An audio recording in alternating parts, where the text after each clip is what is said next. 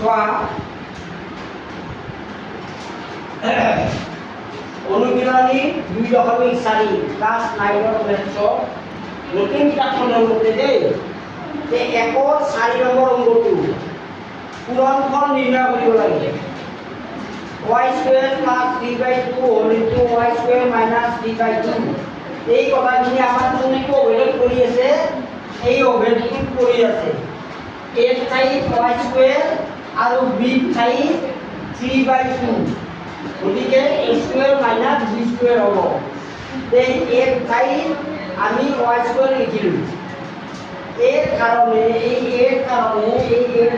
আমার y square এইখিনি লিখিলো y square whole square